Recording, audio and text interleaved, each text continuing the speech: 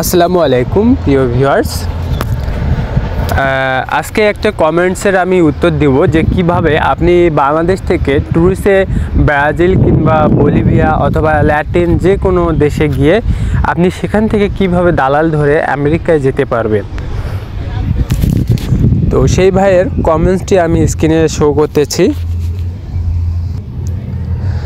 সাইদুল ভাই বলেছে যে ব্রাজিল ও বলিভিয়া থেকে পাওয়া যাবে দালাল ছাড়া কিভাবে যাওয়া যাবে এই বিষয়ে ভিডিও চাই। কলম্বিয়া বা পানামা জঙ্গলে কি করে পার হবে একটা ভিডিও।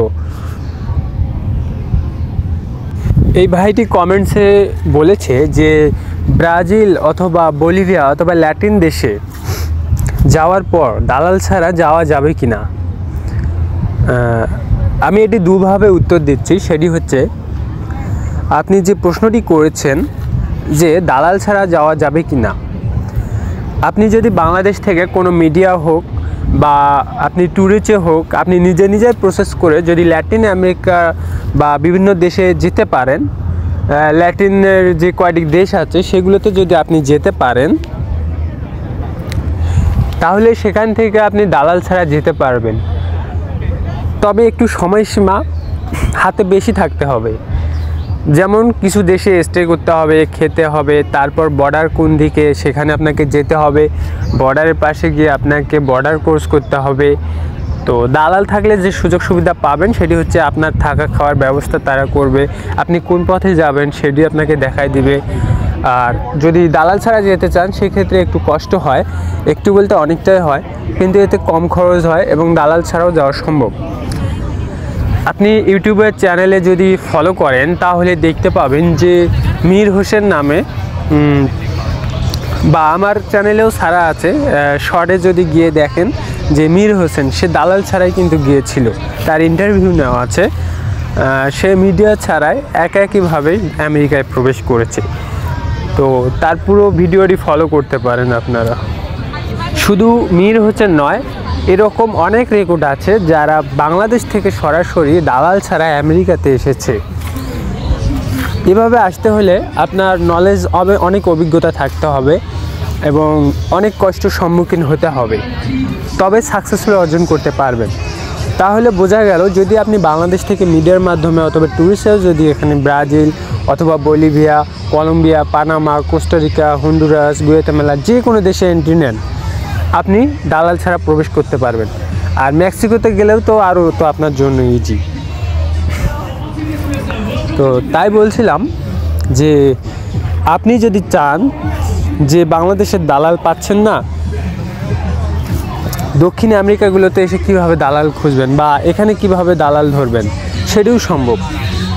এখানে যদি আপনি একবার ভ্রমণ ভিসায় আসতে পারেন, দেখবেন এখানে আপনি অনেক বাংলাদেশি পাবেন যারা ইউএসএতে যাওয়ার জন্য দালালের মাধ্যমে যাচ্ছে। তো সেখান থেকে তাদের সঙ্গে নতুন করে কন্ট্যাক্ট করে আপনি তাদের সঙ্গে যোগ হতে পারেন। আপনি যদি একদম ব্রাজিলে আসেন, আপনি ধরেন বাংলাদেশে কোনো মিডিয়া পাচ্ছেন না, আপনি যদি ব্রাজিলে আসেন তো মিডিয়া আপনার আশেপাশে হাতছানি দেবে।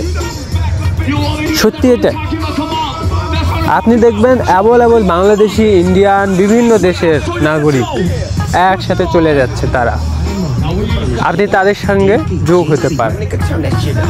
তো দুইটা আমি বললাম, সেটি হচ্ছে দুইটা বিষয়। সেটি হচ্ছে আপনি বাংলাদেশ থেকে যদি দালালের মাধ্যমে আসেন, এখানে এসে দালাল ধরতে পারেন, অথবা আপনি বাংলাদেশ থেকে দালাল ধরে এখানে এসে দালাল ছাড়াও আমেরিকাতে প্রবেশ করতে পারেন। এই দুটো বিষয় আপনি করতে পারবেন, কিন্তু অবশ্যই আপনাকে ট্যালেন্টেড হতে হবে। ট্যালেন্টেড ছাড়া এখানে আপনি এন্ট্রি করতে পারবেন না। আর যারা কমেন্টস করতেছেন অবশ্যই ভালোভাবে কমেন্টস করুন। আমি দেখব কমেন্টসের যদি একটার উত্তর দিলে সবাই উত্তর পাবেন, আমি সেটি নিয়ে ভিডিও তৈরি করার চেষ্টা করব। আমি এক সপ্তাহ আপনাদের কমেন্টসের উত্তরে ভিডিও তৈরি করার চেষ্টা করব। আমি জানি যে আপনারা অনেকে আছেন যারা আমার ভিডিওগুলো দেশের বাইরে থেকে দেখতেছেন, এমনকি আমেরিকা থেকেও দেখতেছেন, মেক্সিকো, কানাডা, সৌদি আরব, বা মধ্যপ্রাচ্য যে দেশগুলো আছে সেখান থেকেও ভিডিও আপনারা অনেকে দেখতেছেন, কিন্তু অনেকে এখনও সাবস্ক্রাইব করেননি। আমার চ্যানেলটি সাবস্ক্রাইব করুন, আমাকে সাপোর্ট করুন, আশা করি আপনাদের একটু হলে উপকারে আসবে। সো অবশ্যই সবাই কমেন্টস করুন, সেই কমেন্টসের উপর ভিত্তি করে আমি ভিডিও তৈরি করার চেষ্টা করব, কারণ সকলের কমেন্টসের অ্যান্সার দেওয়ার আমার সময় থাকে না আমার হাতে।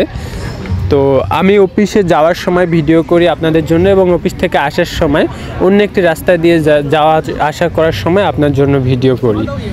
তো দেখতে পাচ্ছেন এটা আমেরিকার একটা বাজার। সো ঠিক বাংলাদেশের মতো এরা বাইরে দোকান দিয়েছে। এরা হচ্ছে চায়না অথবা ইন্ডিয়া থেকে প্রচুর লোক এসে এখানে দোকান দেয়। এগুলো মেয়েদের জিনিস। সো সাধারণত রাস্তাঘাটে এরকম অ্যাভেলেবেল থাকে না, কিন্তু এই জায়গাতে প্রচুর চাইনিজ এবং ইন্ডিয়ান আছে। তো যাই হোক প্রিয় ভিউয়ার্স, সবাইকে আমি দোয়া করি যে আপনারা সাকসেসফুল অর্জন করুন, আপনাদের স্বপ্নের দেশ, আপনাদের টার্গেট সম্পূর্ণ হোক এই কামনা করি। সেই পর্যন্ত ভালো থাকুন, সুস্থ থাকুন, সকলকে অসংখ্য ধন্যবাদ।